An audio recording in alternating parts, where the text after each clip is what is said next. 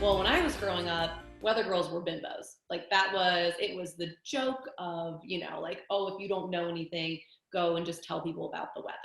And I hated that and I didn't want to be that. But at the time, I interned at KUSA in Denver, where I am right now. And we have the most incredible chief meteorologist, Kathy Sabin. And I saw this, beautiful, gorgeous woman who was smart as hell. And she did all of her own forecasting. And, there's no script. Like when we get up there, we're one of the very few people at the station where we have no script whatsoever. There's no prompter or anything like that. And like, oh yeah, we go on there and we have to talk about the forecast. You've got to know what your forecast is.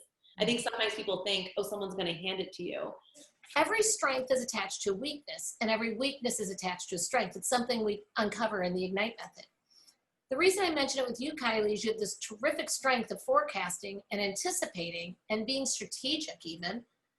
But more recently, you've discovered something that's more vulnerable to you. Can you talk a little bit about what you've been experiencing and sharing with your followers? Yeah, so I have been talking a lot more about my mental health and my anxiety, which is still like my palms will start sweating right now because it still makes me anxious even talking about it.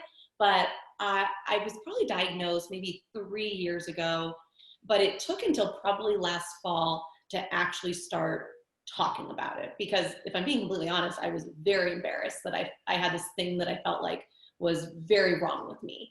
And it's so funny that you say like, I look polished and all this stuff, and because I don't feel that way whatsoever, but it is every time I have massive anxiety, and I've done entire TV shows having full anxiety attacks. Sometimes I think with mental health, we almost wish people could see and know, like, like a rash or something, like, okay, cool, you're having an anxious moment, like I can help you. But it's this weird like invisibility that people can't see, which blows me away, because inside it feels like sometimes like you're dying. I think that I just for so long would put myself in a box, like, no, I don't want to be a weather girl.